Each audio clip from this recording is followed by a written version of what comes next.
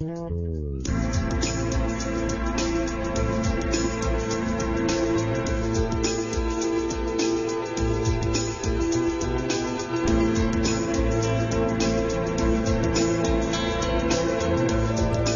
I'm Terrence McNally, and welcome to today's podcast. When I first met Terry Tamminen, he was living on a houseboat in the Marina and filling a position he'd founded as the first Santa Monica Baykeeper. Not too long before that, he'd been running a pool services company. And not too long after that, he was secretary of the California EPA. Tamminen has reinvented himself successfully in several very different worlds: business, government, nonprofit, foundation, from the grassroots to the halls of power. All of this for a long time now to achieve a sound and healthy relationship between society and the environment. He pursues that consistent vision with whatever works. We'll talk about the ideas in his new book, Cracking the Carbon Code, the Key to Sustainable Profits in the New Economy, which is very much a plan of action for companies who figure out that reducing carbon emissions reduces waste and is therefore good for the bottom line. He'll tell stories of companies that have made or saved money by cutting carbon. But we'll also talk about what he's learned working in different roles and different cultures. How has he been able to move things forward through politics and government in an era when so little seems to get done? Bottom line, are we moving fast enough? And if not, how do we integrate all these different players in these different worlds to accelerate movement in the right direction? If possible, I'll ask him to take a broader look beyond climate, energy, and the environment at the inability of government and corporations in the U.S. to move in the right directions on health care or education, or to restore the vitality of the middle class and some of the balance of wealth and power lost over the last 25 years to the super rich. You know, the big question is, who has to do what to move things in better directions? Terry Tamminen headed California's Environmental Protection Agency and was Cabinet Secretary and Chief Policy Advisor to Governor Arnold Schwarzenegger. He played a crucial role in the development and passage of California's landmark Global Warming Solutions Act of 2006. This legislation established the first comprehensive program of regulatory and market mechanisms to achieve quantifiable, cost-effective reductions of greenhouse gases, and it will reduce California's greenhouse gas emissions by 25% by the year 2020. Among other things, Terry once managed the largest sheep ranch east of the Mississippi and assisted the West African nation of Nigeria with the creation of their first solid waste recycling program. Tamminen is president of the nonprofit Seventh Generation Advisors, and his latest book is Cracking the Carbon Code, the Key to Sustainable Profits in the New Economy. Welcome, Terry Tamminen. Terrence, thanks so much. It's always a pleasure to see you. Okay. I like listeners to get a feel for the people behind the ideas and the work that we talk about. So in the intro, I mentioned that you've done a lot of different things in your life. You've lived in different worlds, and I assume there's a unifying theme, as I said.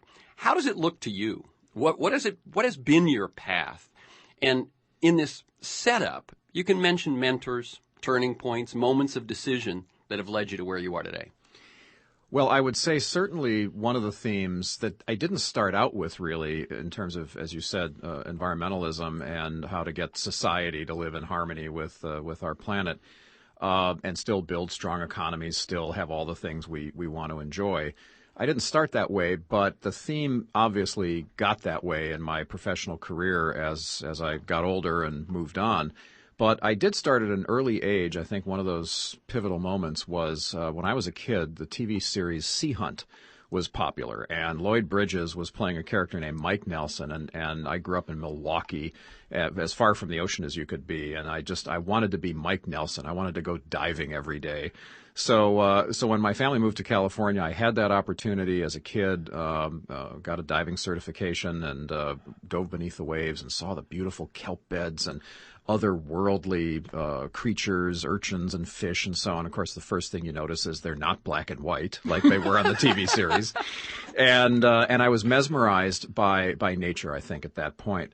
And my family moved away for 10 years. I came back to go to college here and went back to that wonderful spot, dove beneath the waves, hoping to have that experience again, and was shocked to find nothing but polluted sediment on the rocks, having wiped out the kelp, all the species gone. And I said, how could this happen? Where was this? This was off of Rocky Point, Palos Verdes Peninsula here in Los Angeles, between the Santa Monica and San Pedro Bays.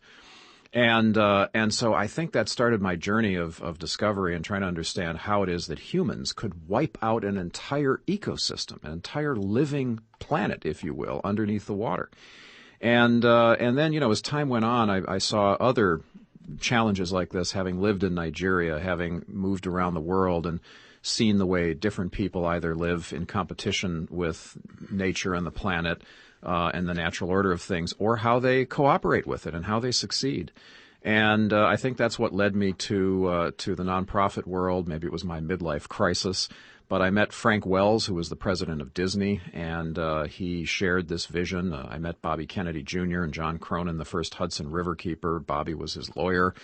And, that just appealed to me. I think maybe that was the Mike Nelson being an activist and saying, you can use the Clean Water Act. You can go out there as a citizen and you can patrol those waters you love, the Santa Monica Bay, and you can find the polluters that caused that kelp bed to be wiped out. And you can use the Clean Water Act to actually bring them to justice. So let me see. I've followed the river keepers and done some work with them, as you know, the water keepers.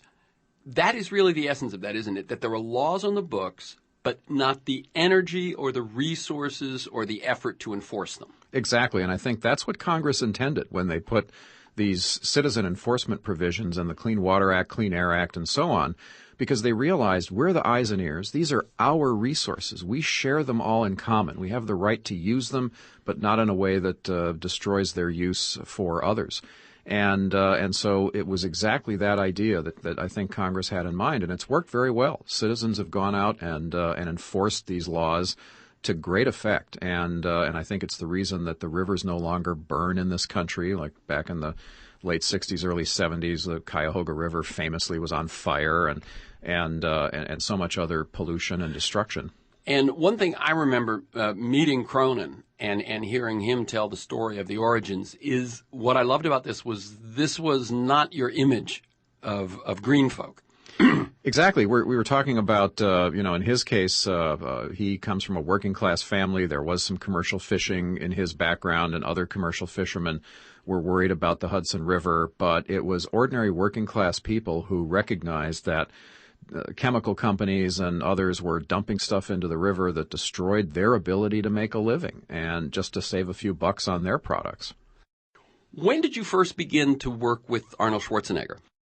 Well, as I mentioned, Frank Wells, who was the president of Disney, started a foundation called Environment Now, and he helped me fund the Santa Monica Baykeeper and then other keepers. And at one point asked me to come in, his family asked me to come in and actually run the foundation. Actually, it was after his death.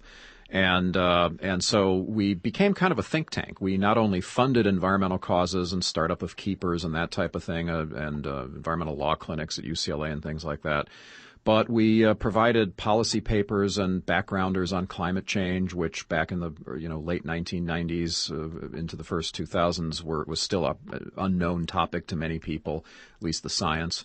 And so some of that came to the attention of Schwarzenegger through his own means, but also through Bobby Kennedy. And so when he decided to run for governor, he talked to Bobby about his interest in the environment, which might surprise people. And Bobby said, well, you need a policy advisor who's in California. Talk to Terry. So we hit it off. We wrote an environmental action plan together, which was very sweeping. And, of course, everyone said, oh, a Republican will never do all this stuff. And I helped him campaign on it. To be honest, I never thought he'd win the election.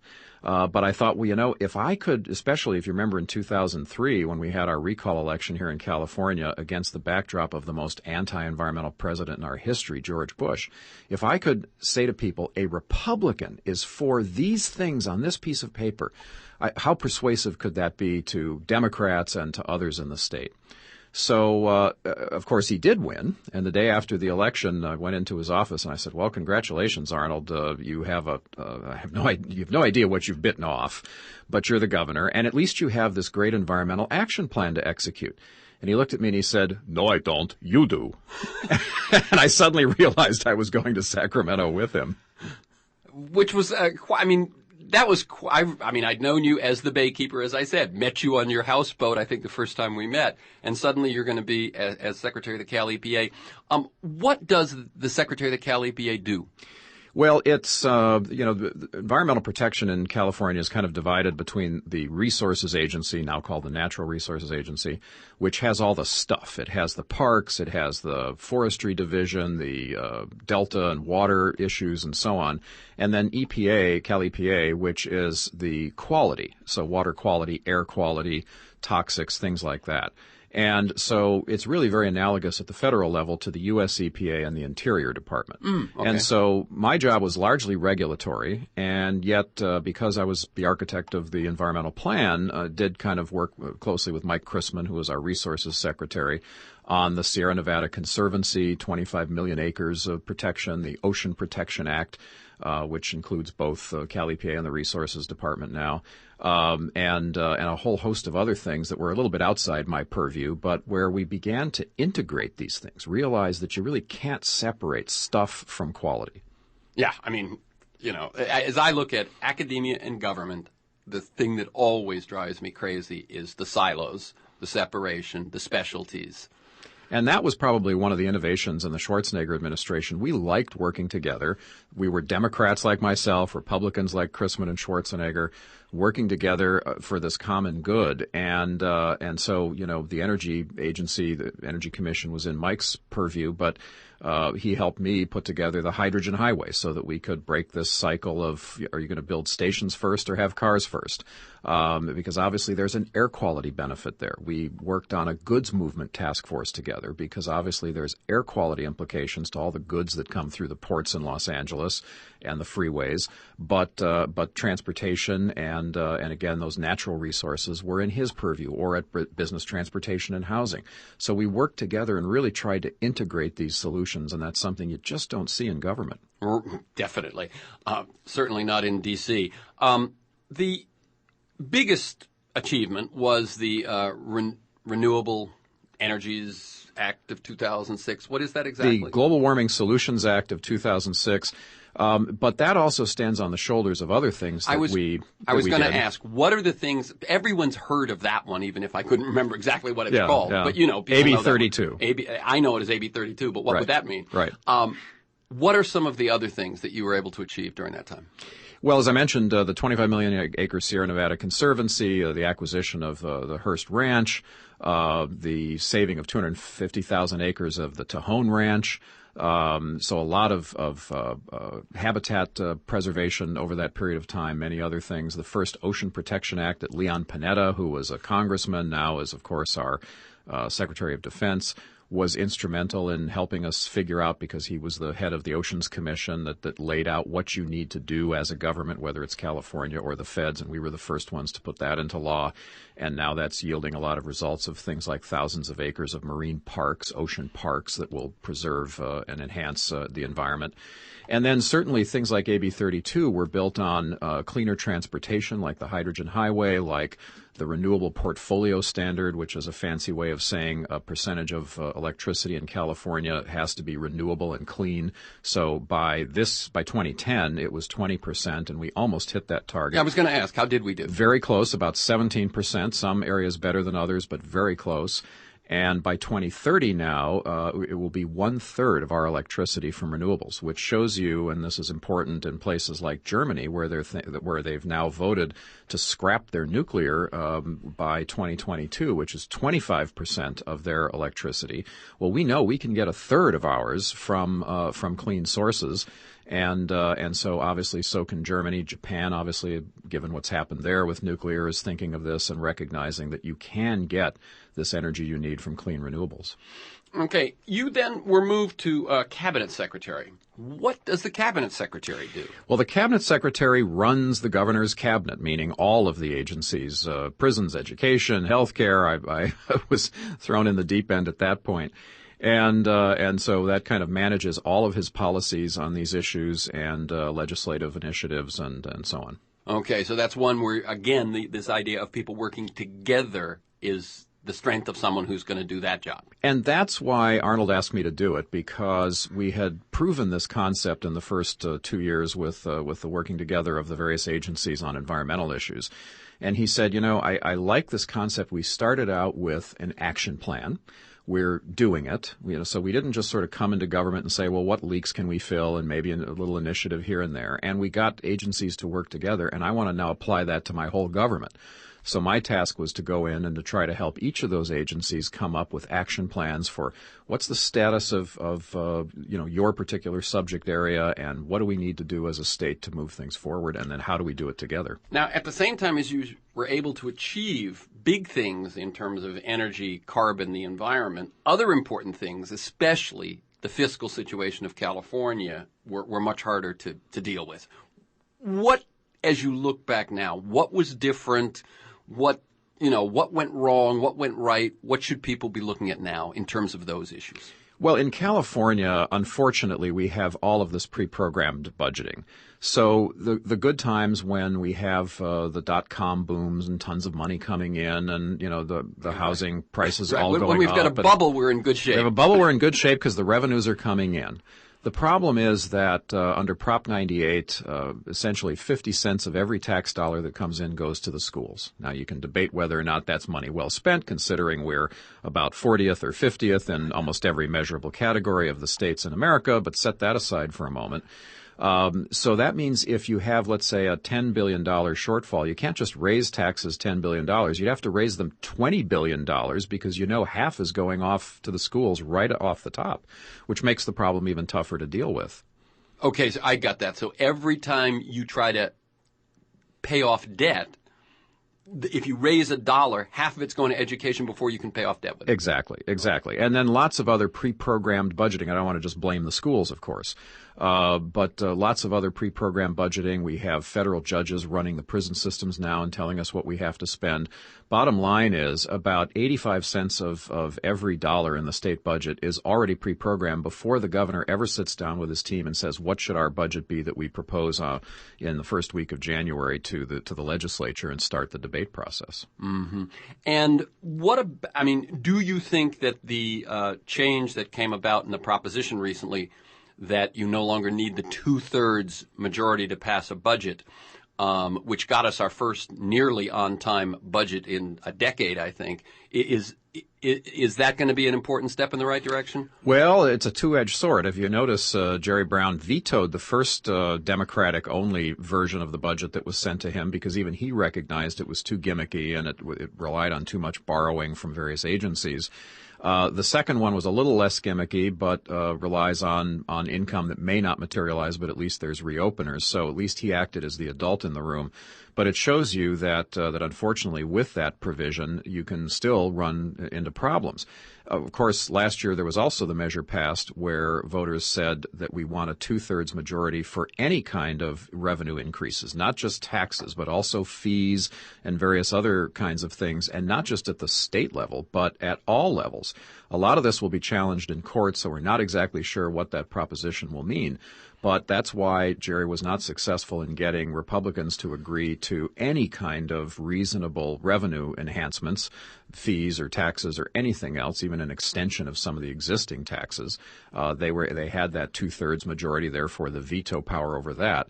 But the voters did send the message that whatever the revenues are, we think a simple majority ought to prevail. And so, as you say, that's how we got our first on-time budget this year in many, many years. Yeah, I mean, that thing about the fees is just it's so crazy, really, that, I don't think people understand that is not, that when you make it a 2/3 majority, you are not calling for a greater majority. What you are doing is giving the power to the minority. Exactly. As Maldonado one year got to say, okay, give me these three things and you get my vote. And for a state of 34 million, one guy in Santa Maria was in charge of the state. That's right. I mean, what happened year after year was 2 or 3 or 4 angry white guys, mostly from the Central Valley, very conservative, held the rest of the state hostage. And so you're right, it's not majority rule. Now, you tell a story in Cracking the Carbon Code that Californians might not be aware of, and that is the crucial, pioneering global role that our state has played in moving energy and climate and carbon action forward. Can you briefly tell that story? Sure. I mean, it's because we were able to get AB 32 passed, the Global Warming Solutions Act in 2006. 7 other states then followed. That's actually why I left state government, was to form 7th Generation Advisors, a nonprofit to help other states figure out these same policies. 7 other states passed that. 33 passed variations of our green building standards or energy efficiency standards or the renewable portfolio for electricity standard I mentioned before that reduce greenhouse gases and make us less dependent on fossil fuels. So we started moving in that direction, and then that came to the attention of provinces in China, the UN, places around the world, and that led to the creation of the R20, which we've just launched in the last few months, formalizing this relationship between states and provinces to help each other with these policies, especially in the absence of federal work in our country, which is stalling the international work at the UN level. What does the R and what does the 20 stand for? R means regional governments, so states and provinces, and 20 were the first 20 founding members, but we're now actually over 100. Okay, and so now when you say 100, that's 100 nations, 100 entities? 100 states and provinces, a couple of megacities like Tokyo, but really large governments. I mean, like California, for example, is one of the founding members, and it would be the 7th or 8th largest economy on the planet as a separate country. So these right. are, I think other countries pay more attention to California than other states do. Absolutely. And although other states were certainly right. influenced, as I mentioned, or maybe more than the federal government does. Right. That's certainly true. But everywhere we go, people are saying, how did California make itself 40% more energy efficient than the rest of America? How did California get to this path to have a third of its energy coming from renewables without materially increasing people's energy bills? How did they... Now, are we at that 40% more efficient now, or is that if we get to where we want to? We are already, and this is not certainly just because of what we did in the Schwarzenegger right. administration, but things that were done over the last 30 years, appliance efficiency standards, building efficiency standards, policies that decouple the profits that utilities make from how much electricity they sell and that type of thing. Don't just slip over that, because that's one that has been a hard fight to win where it's been won, and basically, I want people to get a handle on that one. Basically, power companies, utility companies, like so many other companies, make their money from quantity, right. from volume. Right. And to be able to, if efficiency and conservation is actually the best source of new energy, the lowest hanging fruit there is, and yet it was against the law for them to make a profit from that, right, the way the requirements are set up, they wouldn't do it. So what happened? Well, that's the nice thing about utilities being a regulated entity, because they all enjoy monopolies in their particular cities or counties. And so the Public Utilities Commission says, we will help you, we will set your profit margin. You'll come to us every year, say what you spent, what you earned, and we'll allow you certain profits and obviously limit the amount you can charge your customers. So as you said, if they sell less electricity, they make less money. But what the decoupling law said was that we'll let you have more profit for selling less if you can show us that that was because you invested in energy efficiency. So imagine any business where you said, if you sell 10 books, we'll give you a 20% profit margin on those 10 books. But if you sell 20, we're only going to give you a 3% profit margin on the 20. Well, obviously, you'd sell the 10. I recently interviewed Ed Humes about his book, Force of Nature, which is Walmart's massive move towards sustainability in all phases of their work, including their supply chain, which I think is the most innovative thing in that one. And it's done because it's good business. Now, you tell stories of companies that have made or saved money by cutting carbon. I'm going to list them, then you take them on. PG&E, Cisco, Interface Flooring, the Empire State Building, the Willis Tower, which is the one that you told me when we ran into each other a bit ago, and I said, you got to come on the show and tell that, and Sun Microsystems. So tell us some of those stories. Well, let's start with that simple one about buildings, because everyone can appreciate this. You can do this with your home, and it gets to that point about California already being 40% more energy efficient. Other jurisdictions have started to figure this out, and private building owners and companies, as you mentioned. So the Empire State Building, which was built in the teens or early 20s, so it's an old building, iconic building, said, wow, wonder if we could save money by cutting back on some of our wasted energy. And they looked at the amount of heating and cooling that was going through the windows. They looked at the fact that the old radiators, and any of your listeners who know Eastern buildings and radiators, they found that 60% of the heat and the energy created by those radiators was going through the brick walls and out into New York City. It wasn't heating the tenants. We're talking about 110 floors of radiators. Yeah, exactly.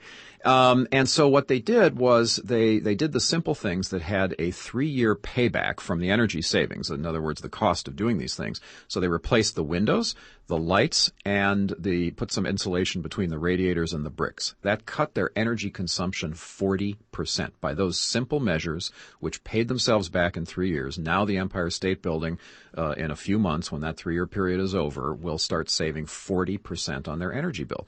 Sears Tower, now called the Willis Tower, said, we're willing to take a 6 or 7 year payback because we're going to be here a long time. So they went through and they did the same types of things, but they also improved the heating and air conditioning systems and the escalators and elevators and all that. They put a horizontal wind turbine on the roof of the building, so you don't even see it, but it actually generates a bit of their power. And the net result of that is they're cutting their fossil fueled energy consumption 80%, 80%. Now, that not only makes them more profitable month to month, but think about what that does when you sell real estate, commercial real estate. It's usually a multiple of 10 times your net revenue, your earnings. Well, they just increased their value of that property by millions and millions of dollars. I love those stories, and the thing that people have to realize is that this can be done anywhere. Some of the newer buildings, because of regulations in California, for instance, there's not so much to be gained because they've been done better to begin with, but there's an awful lot that can be done. And the thing that I always mention is you cannot outsource a retrofit. That's right. That's right. And a guy who puts the solar panel on the rooftop, or like in the Empire State Building, because the windows are of a historic building, they actually had to work with the city and make sure that each window looked the same after it was retrofit with double pane modern glass and insulation. And so every night they would take 50 windows out, take them down to a workshop on the 5th floor, remodel them within the wooden frame that made it look historic, and then put them back up before the workers came in the next day. So 6,500 windows got replaced, 50 at a time. And they were able to ultimately replace everything in the building. But those craftsmen now are looking for the next building they can work on and the next one. And as you can imagine, with all of the historic buildings in New York, they've got lifetime employment. Yeah, which we all would love to see happen. Some of those other companies, PG&E. So PG&E, recognized because of this decoupling, because of the renewable portfolio standard and so forth, that it was in their best interest. Actually, Peter Darby, who was the chair at the time I wrote the book and still is, said that in the mid-2000s he had heard a lot about global warming and heard rumblings that California would regulate greenhouse gases, and he wanted to know the truth about the debate on the science. So he personally pulled together experts. They put together some reports about the status of what we really know and how this would impact PG&E, because they have a lot of transmission towers in low-lying areas that might be flooded. They're, obviously a climate change, meaning a hotter summer, could put greater stress on their ability to deliver energy and that type of thing. And he said that when he got the results, he not only was persuaded, but he had the you-know-what scared out of him. And that's when he really turned to the company and said, we have to solve this problem. So they started incentivizing more solar. They started incentivizing, obviously, more fuel efficiency and really helping the state become less dependent by moving in the direction of renewables and efficiency. So in that case, it was the science told him business as usual is going to get you in trouble. Exactly. And that, you can't continue to rely on unreliable fossil fuels. It's not just the greenhouse gases.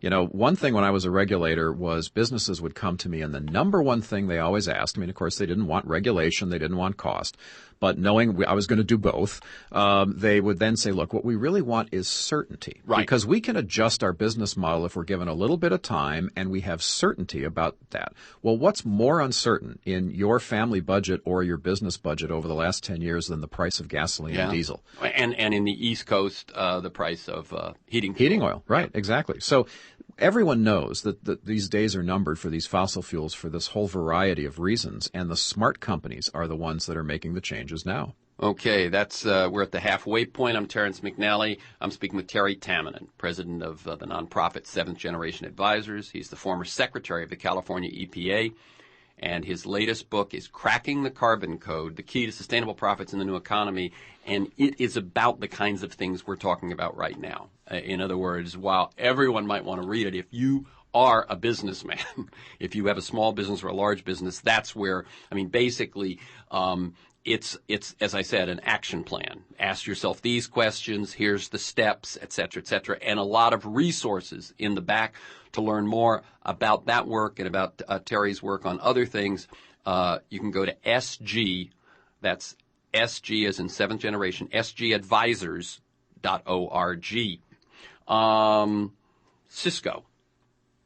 Cisco Systems, John Chambers was an interesting guy. He came in, I think it was in 2005, into the governor's office, and we were having a meeting. I don't remember what it was about. And we started talking. This was before, of course, we passed the Global Warming Solutions Act. And we started talking to him about his views on that, because we were starting to try to understand how much trouble would we be in with business, California business. And he said, we started looking at ways to save money. And we realized that our biggest cost was energy, because we have all of these research labs and server farms. So really our biggest cost was energy. And a lot of it is caused by the heat that the servers generate.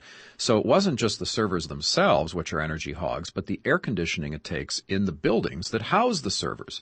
And as people got more and more internet dependent, and obviously Cisco grew, that number got bigger and bigger. So they put their engineers to work to try to save, even 2, 3, 4, 5% on the efficiency of these servers. They were able to actually cut that by about 20%. And then the buildings themselves, by making those more energy efficient, better insulation, etc. When you air condition the building, the air conditioning didn't go out into the streets in the same way the Empire State Building story we were talking about before with heating. So he realized this. Bottom line was, after they went through this entire process, they were able to cut their energy consumption about 40%. They saved $1 million in the first year. And they suddenly discovered that these servers and these products they were developing were in greater demand by their customers, because they were cheaper to operate than the competitor. This is excellent. And just a quick one, talking about temperature and the role it plays, Unilever's ice cream. I love that story. Unilever, one of the biggest companies on earth, a lot of food products, frozen fish, all kinds of things. They were looking at ways to cut their carbon footprint throughout their supply chain. As you mentioned, Walmart's done this too, not just their own carbon footprint. And they said, what's the embedded carbon or energy cost in ice cream? Anything we freeze. Think about that, because you have to freeze it. You have to transport it frozen. It has to stay in the refrigerated case at the store frozen. You get it home, it's frozen, etc.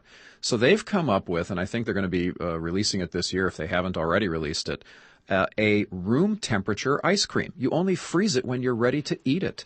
And so they don't have the embedded energy cost of freezing it at the factory, of carrying it frozen, of storing it frozen in the supermarket, or you even having to store it frozen in your refrigerator. You keep it at room temperature, cool it or freeze it when you're ready, and eat it and enjoy it. Now, I must say, I when I get my first carton of that, I'm going to look at the ingredients to see what chemicals are making that possible. But the innovation is amazing. It is, and it just shows you that people are thinking about these things. And by the way, as you say, from Empire State Building to a quart of ice cream. Exactly. And a lot of us eat, pudding or things like that can be stored at room temperature, and maybe you chill it when you're ready to use it. Well, why not take pudding and freeze it? That's basically what they've done. I think so. It actually was applying common knowledge in some ways to the ice cream business. Yeah, good old home ec. Sun Microsystems. Sun was another company that recognized that if they could cut the energy consumption of their servers and their clean tech innovation, that they would save money and they would create products that would outcompete their competitors. So similar to Cisco. Same thing. Yep. Okay. And finally, Interface Flooring, which is a company that Ray Anderson, the longtime CEO, is a famous pioneer in industry, because he got this conversion experience fairly early and has written a book about it, and has really demonstrated throughout Interface what can be done. But a little bit about that experience. He has, and he's innovated, and I think he's demonstrated that as soon as you've made an improvement, keep looking for more. There's always more to get at. and Bentley Print Street, which is his operation here in Southern California. And when people say, oh, we don't make anything in California anymore, all the manufacturing jobs are gone. This is a huge carpeting company that's located in the City of Industry in Los Angeles that still makes this product every day, but they do it with a huge solar farm in the back of their factory that powers most of the factory. They do it with non-toxic materials, recycled materials. They have this concept where basically you're leasing the carpeting. I mean, think about it. They put the carpeting in for you. When it's time to be replaced, they take it back out, and because of the cradle-to-cradle design, they're able to recycle that exact polymer, that material, back into more carpeting.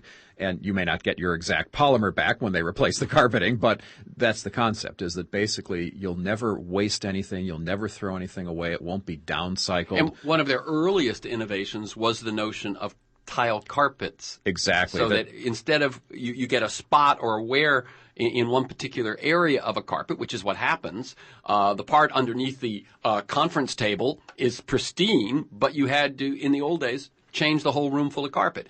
They created carpet in sectional tiles, which means you only have to replace the piece that's worn. Exactly, which saves a lot of resources, and again, these innovations are now copied by everyone else. Right, and I've followed Interface for years, and there was a period where their financials weren't looking so good, and people were attacking them, and they've come back from that. In other words, they have, because people understand there's a value to this proposition, and that in the long run it's cheaper. And part of that is also being driven by policy, and this is where government policy and enlightened policy can make a difference.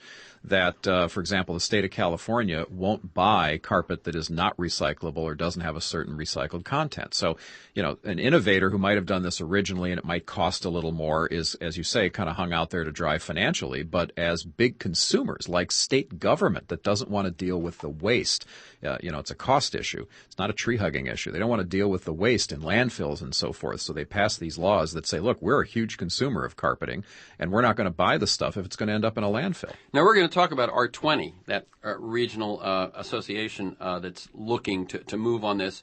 But one of the things that I heard embedded in what you just said is we're not doing nearly enough. It seems to me the lowest hanging fruit in this country is government procurement.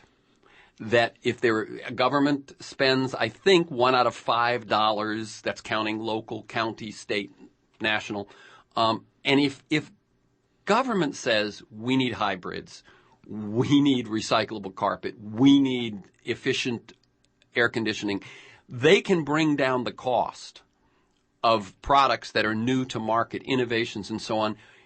Would you agree that that's one of the, if a citizen said, what can I do, it would be start the pressure on that? Absolutely, because obviously government, as you say, has much bigger buying power than the rest of us, and especially when they band together. In California, we actually took criticism in the Schwarzenegger administration for only buying either hybrids or cars that were flex fuel that could run on biofuels. And we took criticism because there weren't enough flex fuel stations, so those flex fuel cars were actually just running on ordinary gasoline. But the whole point was to say, look, if we get this fleet of flex fuel cars, then we can encourage the gas stations to start providing flex fuels, biofuels, so that we can do it. You've got to break that chicken or the egg cycle. So government took the step, didn't cost us more. That allowed the car companies to produce these cars in greater numbers, different models and that type of thing, which made it possible for consumers to buy. And now we're starting to see the biofuel stations open up. Okay, I'm talking with Terry Tamminen, former California Secretary of the EPA, about the stuff in his book, Cracking the Carbon Code. What can we learn from the insurance industry? Well, a lot there, because they're kind of the moist finger in the wind for all the rest of us when the insurance company obviously has to assess risk. And you don't have to believe what the UN Intergovernmental Panel on Climate Change tells you about the climate science, or you don't have to believe Al Gore's movie about what's going to happen to coastal areas when sea level rises and storms become more intense. But believe me, the very competitive insurance industry crunches those numbers and looks at those trends for us. And they're not going to raise their rates because if they are going to compete themselves out of business, put themselves out of business by having too high prices against a competitor, they're only going to do it when they see a real risk. And the insurance industry has concluded, and I give some examples in the book, about how they actually realize that climate change is real, that these risks are real, that these costs are real. By contrast, they also realize that when government takes thoughtful action, that you can save those costs. So in London, for example, in the late 1990s, when the insurance industry stopped writing insurance policies in the city of London, the government went and said, wait a minute, this is valuable real estate. What can we do? So they worked together on a plan that cost £4 billion to raise some of the levees around the Thames River, to raise some of the electrical generators and things up from underground to above ground, to basically take care of the issue if there was going to be flooding or climate change related damage. The net result of that is not only did the insurance companies come back in and they're competitively priced in London again, but they estimate that they have averted £80 billion worth of damages over the next 20 years. So you can pay now or pay later. Yeah. Tell us about R20. Well, the R20, modeled after the G20, the big economies working together, in this case, R standing for regional governments. And that means states and provinces. So California, which would be the eighth largest economy on the earth if it was a separate country, and a lot of its counterparts, British Columbia, Jiangsu in China, the Puglia region in Italy. I mean, so states and provinces, which typically don't have a way to work together. You know, there's leagues of cities, there's obviously the UN for nations, but this very important level of government, states and provinces, don't typically get a chance to work together. So we've been doing it through California, as I mentioned before, with other states, then with other provinces around the world. And the UN asked us to formalize that because of the obviously the setbacks at Copenhagen and other international institutions to get a post-Kyoto climate change agreement. They realized the solutions are going to come from the bottom up, and that the great hope is places like California doing this at scale. And so we now have over 100 members. It's still called the R20, just out of history. Yeah. But over 100 members, I think we're on the path within the next year to represent about 25% of the world's economy. And we share policy that's work, the kind of stuff we've been talking about today. We share technology because some countries don't have access to some of the modern technologies that make buildings more efficient, or hydrogen fuels or things like that. And finance, by aggregating these the demand for these products together through the governments, we can then attract major financial institutions to help finance it. And that's something that's also very new, to move money into these products and services. So that's like a double benefit of what I was talking about before, right? The government procurement, government taking a role in this, not only provides enormous volume, but it can also attract finance. Exactly. So, I mean, just to give you a tangible example, the city of Los Angeles is replacing some of its inefficient streetlights with LED streetlights, and will pay that back from the savings in a couple of years. Well, that's a few thousand lights is not enough to attract major banks or financial institutions to invest in that. And it's not enough to bring down the cost for everyone else. A few thousand of anything doesn't do that. Well, by banding together, we think that we can make an order, essentially, by all these governments of somewhere between 3 and 5 million of these efficient lights. And that will bring the cost down, very competitive. And that will allow us to kind of create some regional projects for these light replacements that can attract big banks to finance this, which, again, finances like anything else. The price comes down with less risk and with greater volume. So financing this will be cheaper, and we can get the repayment from the energy savings much faster. Okay, there's a scene early in your book. One of the good scenes, one of the when you're telling this story of the California example spreading around the world, and it's you with the CEO of BP, John Brown, and the governor of California, Arnold Schwarzenegger. Now, by the time the book is published, both BP and Arnold Schwarzenegger have been shown to have been involved in events that take down their reputations. Let's just say that. This is a reality in the world. How do you deal with the inconsistencies and the contradictions in both people and institutions that we have to rely on to move these things forward? Yeah, that was a fun moment, I have to say, and it was at a crucial time when we were trying to get the Global Warming Solutions Act passed in 2006, and we got businesses to help convince California businesses not to oppose us. And I can tell you, of those three, of Lord John Brown and Schwarzenegger and myself, I was the only one wearing an off the shelf suit from Men's Warehouse. But the inconsistencies, look, I said in my previous book, Lives Per Gallon, The True Cost of Our Oil Addiction, as much as I take oil companies to task for the things that they've done around the globe and the harm that they've wrought, we need to civilize them. We don't want to put them out of business and all those workers out of jobs. We want to civilize them and have them producing the fuels, the clean fuels we're going to need for the future before they run out. And so, yes, I understand what those oil companies are still doing today. I criticize them in every way I can, try to hold them accountable, try to get regulators to do the right thing to keep them from doing more harm. But we need to harness their incredible financial might, the most profitable businesses on earth, to help us invent what's next and get it more widely distributed. And the same thing with people, too. I mean, Governor Schwarzenegger obviously has had some personal challenges, but that doesn't change what California has done under his leadership and what the rest of the world needs and is asking him to lead them to do in the future. Let me move now to actually looking at the lessons you've learned, Terry Tamminen, from playing in all the different arenas. For anyone who's tuned in late, you've worked in business, nonprofits, grassroots advocacy and activism, foundations, government, and now these sort of super regional, whatever, something like the R20 is. What have you learned that has, A, allowed you to succeed? What is it that works? And what do we need more of?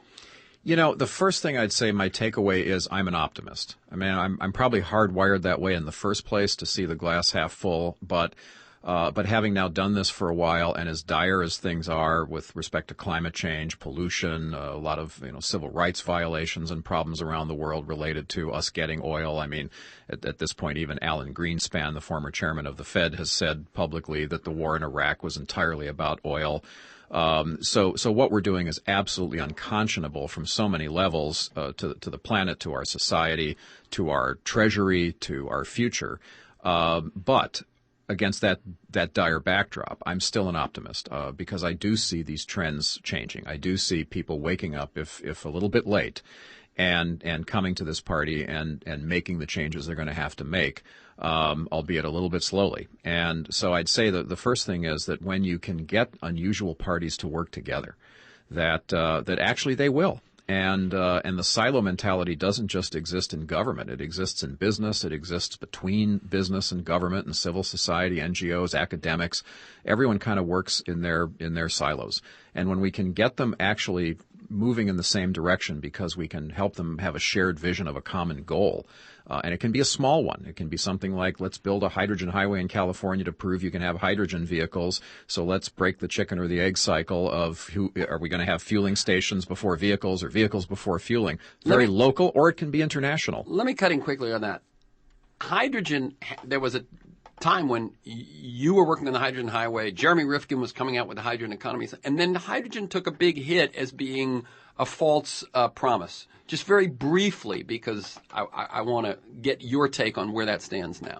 Sure. I mean, unfortunately, or fortunately, President Bush, in I think it was 2003, in his State of the Union address, talked about hydrogen. And so immediately, the environmental community rallied and said, oh, it must be a Trojan horse and it must be bad, and had this knee-jerk reaction and said, oh, it's all about batteries. It's all about biofuels. It's all about ethanol. Well, we know now it isn't about ethanol. And we know batteries still take 7 hours to charge to get a 70-mile range on something like the Nissan Leaf, compared to my hydrogen car that I can refuel in 7 minutes and it takes me 240 miles.